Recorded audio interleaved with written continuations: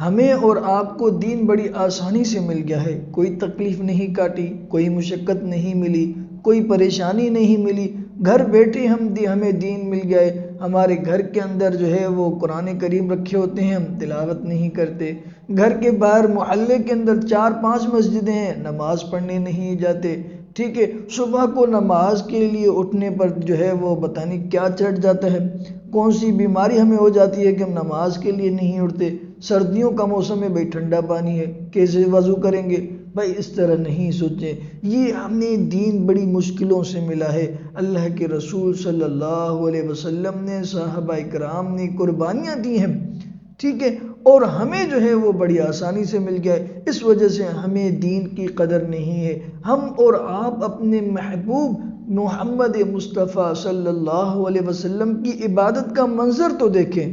آج ہم نماز پڑھنے سے کتراتے ہیں، ٹھیک ہے، تو قرآن کریم کی تلاوت کرنے سے کتراتے ہیں، عبادت کرنے سے کتراتے ہیں، تہجد پڑھنے سے کتراتے ہیں، نوافل پڑھنے سے کتراتے ہیں، مسجد میں جانے سے کتراتے ہیں، اعمال میں بیٹھنے سے کتراتے ہیں۔ ہم اور آپ اپنے محبوب پیغمبر صلی اللہ علیہ وسلم کو تو دیکھیں، انہوں نے کس طرح دین پر عمل کیا، کس طرح وہ نمازیں ادا کرتے تھے۔ حضرت مغیرہ بن شعبہ رضی اللہ عنہ جو ہے وہ آپ صلی اللہ علیہ وسلم کی عبادت کا منظر بیان کر رہے ہیں۔ میں قربان جاؤں اس نبی پہ، میں قربان جاؤں اس نبی پہ۔ حضرت مغیرہ بن شعبہ فرماتے ہیں کہ رسول اللہ صلی اللہ علیہ وسلم جب نماز پڑھتے تو قیام میں اتنی دیر تک کھڑے رہتے کہ آپ صلی اللہ علیہ وسلم کے پاؤں مبارک میں یا پنڈلیوں میں ورم پڑ جاتے، آپ کے پاؤں مبارک سوج جاتے، ٹھیک ہے، آپ کے گھٹنوں میں زخم ہو جاتے، لمبے لمبے سجدے، لمبے لمبے قیام، لمبی لمبی تلاوتیں۔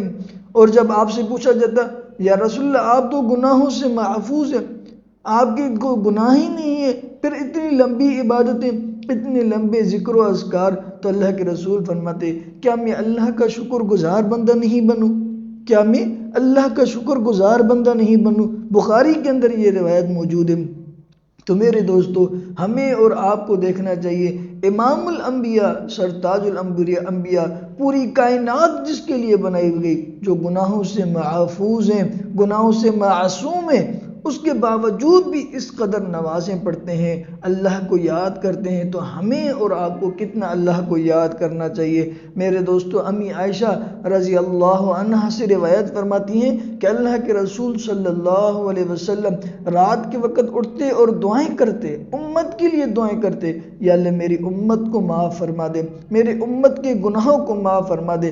امی عائشہ فرماتی ہیں کہ اللہ کے رسول کے سینے سے رونے کی اس طرح آوازیں آتی تھی، کوئی ہنڈیا، کوئی دیگچی جو ہے وہ آگ پر رکھی ہوئی ہو، اس کے اندر پانی ابل رہا ہو، اللہ کے رسول صلی اللہ علیہ وسلم کے سینے سے اس طرح جو ہے وہ ہنڈیا کے ابلنے کی طرح آوازیں آتی تھی اور امت کے لیے فکر کرتے تھے۔ میرے دوستو، ہمیں چاہیے ہم گناہوں کا راستہ چھوڑ کر دین کے راستے پر چلیں، ٹھیک ہے، ایسے راستے کو چھوڑ کر جو جہنم کی طرف جاتا ہے، جو گمراہی کی طرف جاتا ہے، زنا کا راستہ، چوری کا راستہ، ڈکیتی کا راستہ، ان راستوں کو چھوڑ کر اس راستے پر چلیں جو اللہ کے رسول صلی اللہ علیہ وسلم نے ہمیں دکھایا ہے، جو اللہ کے قرآن نے ہمیں دکھایا ہے، جو جنت والا راستہ ہے۔ اللہ سے دعا ہے اللہ عمل کی توفیق عطا فرمائے۔